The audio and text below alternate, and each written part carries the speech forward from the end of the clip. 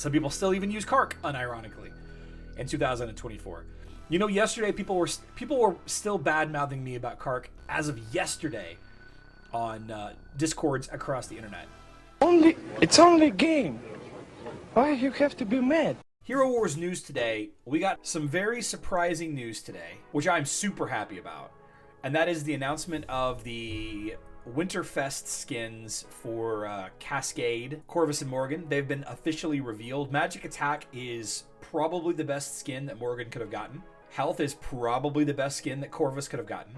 Armor penetration, I think as any damage dealing or any damage dealing support hero in the game, they need a penetration skin. They do. They just absolutely do. And I think I think Cascade getting a penetration skin out of the gate like this, I think is huge. I do see a ton of comments all over the place that they would prefer some kind of survival skin, but I don't think that that's where you use Cascade. We can talk about more of that a little bit later if people are really super interested in Cascade lines and all of that. But the big news, Corvus getting health is huge for a couple of reasons. First of all, any tank getting a health skin is a big deal, right? Any tank getting more effective health is huge.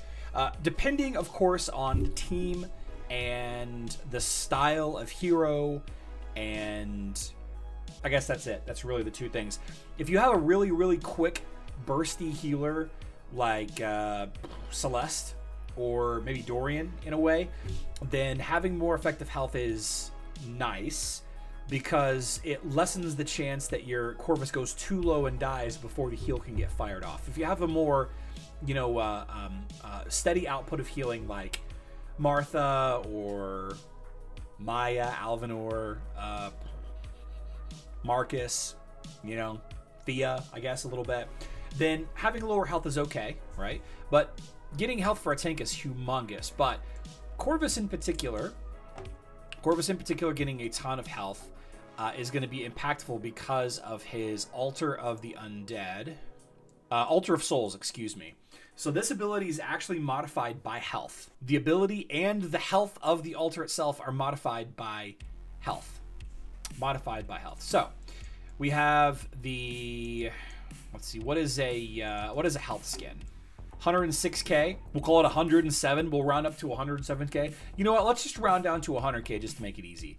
So Corvus is getting 200,000 more health. 200,000 more health, and he's already got pretty high health. Let's go take a look at his health in relation to others. Let's see, files. He's already got insanely high health because he's a tank, and an extra 200,000 health because it's 130% of health, right? So that's what, 260,000. That's 260,000 more health that his altar is going to get. He's the lowest health tank. Still a strength hero. Still has higher health than the average hero. Strength-based heroes, of course, get 40 health for every point of strength. No, all heroes get 40 health per point of strength, but strength-based heroes have more strength than other heroes. So, unless my math isn't mathin', because I really only do okay math on Mondays, 260,000 health for the altar. 260,000 bonus health. And, the 2.5%. That's an extra 5,000 damage per tick. An extra 5,000 pure damage per tick of damage, right? 2.5 health, 2.5% of 200,000 is 5,000, if my math is accurate. So it's about an extra 5,000. I don't know that the damage output is going to be game breaking. I mean, you think about heroes that are really susceptible to Corvus's altar, like Kira and Yasmin. Anybody that does a lot of small attacks, anybody that does larger single attacks or fewer attacks but bigger damage, they don't really care too much about Corvus. But I don't know. I think that the Way of Eternity are in a pretty good place. Does this make Corvus suddenly the best tank in the game? I don't think so.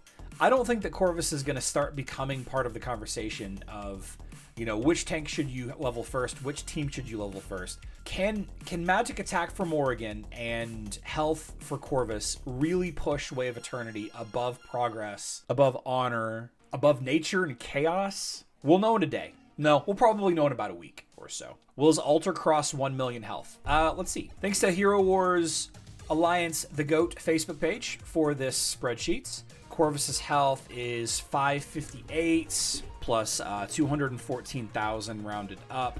That's 772,000 health, 900. Yeah, he'll have the 7th highest health in the game. The totem health is 130, so times 1.3. It's, yeah, 1 million health plus 8,000. Yeah, his totem's going to have over 1 million health for sure.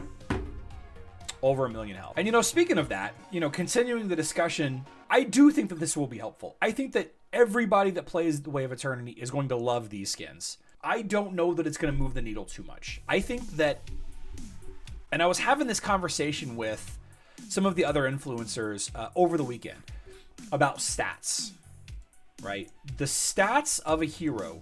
Like, Morrigan is a utility player. She's not the super tank that she is on Facebook and web, right? She's not the insanely powerful, you know, probably top 3, top 5 hero that she is on Facebook and web because of popularity of Rufus and Dante and others.